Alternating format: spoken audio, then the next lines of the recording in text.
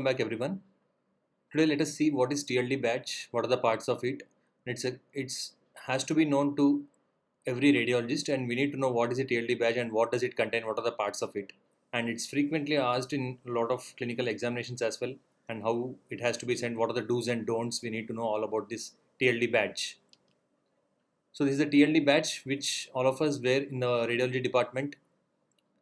It contains three filters. You can see here, this is the red color which is present, which is made up of aluminum and copper. And here is a plastic filter.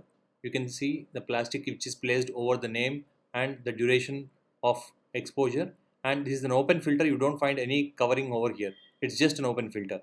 So it contains three filters here.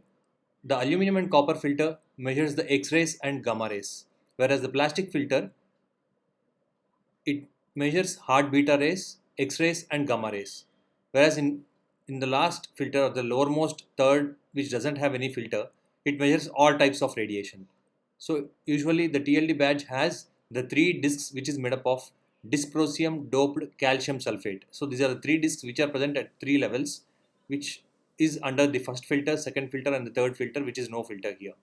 So what is it based on? It's mainly based on the thermoluminescence, the principle of thermoluminescence, and it is worn over the chest below the lead apron. We need to always remember this.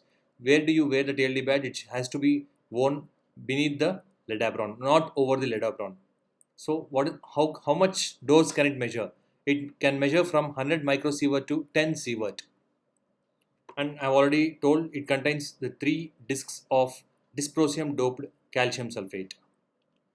So what are the do's and don'ts? It is given in a small manual given by the Avantech Chennai. All our TLD badges are sent to Avantech Chennai company to process it. How much exposure we have been exposed to in a period of 3 months. So it gives this manual gives lot of do's and don'ts which has to be done, which we need to take care of the TLD badge when we are wearing, and where it has to be stored. And it has always has to be stored in the radiation free place, and you should not leave the badge in the radiation area in the washing machines as well, or in the hot plates or ovens or furnaces, which should not be close to that. And always remember, the TLD badge is worn beneath the lead apron at the chest level, which is best recorded. And whereas if the radiologist is interventional radiologist performing, they have two, one at the wrist badge and one at the chest level. Both should be worn beneath the lead apron. Thank you all.